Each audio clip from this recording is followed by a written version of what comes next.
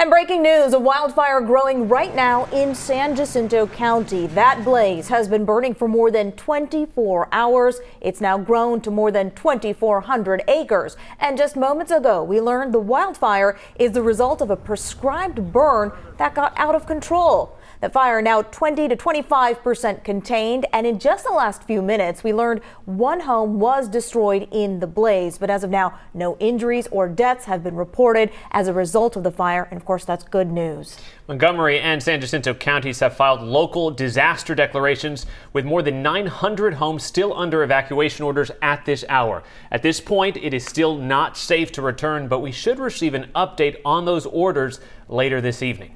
Now let's get you a closer look at where the fire is burning. It is west of FM 1725. One of the closest roads to the fire is also Brooks Road. We are tracking every element of this firefight, from the people impacted to how the weather is playing a role in all of this. We're going to start our team coverage with Victor Jacobo as officials just wrapped up that press conference moments ago. Victor. Yeah, that's right. We heard from Montgomery County Judge Marquillo. He said that officially, as of right now, 2,450 acres is the size of the Pauline Road Fire. He says that it has grown and that for right now it's at about 20 to 25% contained. He says that they are moving in the right direction, but challenges still remain. They are glad that some of the wind gusts here in the area have died down compared to earlier in the day, when that was really pushing and fueling that fire through the area. But they say that they have made some good progress. As you mentioned, it's being investigated as the cause of the fire being a prescribed burn. Officials looking into that right now. They're also looking and investigating into one structure fire that they believe was occupied, but they are unaware if anyone was in at the time of that fire.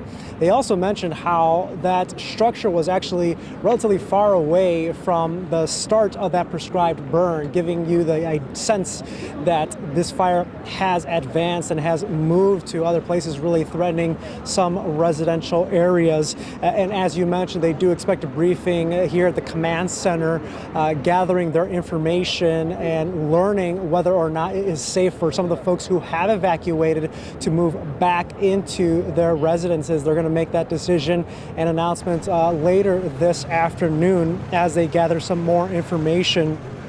But as I mentioned, Judge Keogh saying that they are moving in the right direction and that they are making sure that that the collaboration is working well between the different agencies. So they're very happy to see that, and they'll be sharing some more updates throughout the day. But their hope is that the wind gusts do keep at a minimum in order for firefighters to keep fighting this fire. So for now, I'll send it back to you.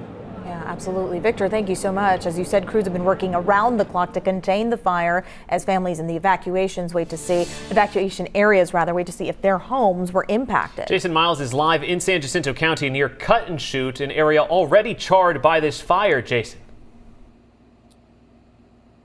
Yeah, we're a good bit away from Cut and Shoot. We're in San Jacinto County. Cut and Shoot is in Montgomery County. I'm standing in a utility easement, basically as close as we can get to this fire. And in fact, there's a fire crew at the top of this hill where you can see some smoldering, some smoke rising. And just a few moments ago, I saw flames on one of those tree trunks that is sticking out into this easement. Now, take a look at some video we shot in the last few hours. This is where we saw some heavy equipment earlier, part of the effort to dig fire breaks or fire lines to keep things from spreading. Meanwhile, individual firefighters, including some with the Texas Infrastate Fire Mutual Aid System, that's what it's known as. They're here physically putting out hot spots like smoldering tree roots, for instance. We even saw a crew cutting down scorched trees from where embers could potentially blow as these winds potentially pick up again. One family who evacuated last night with multiple pets, thankful today the fire only got close to their home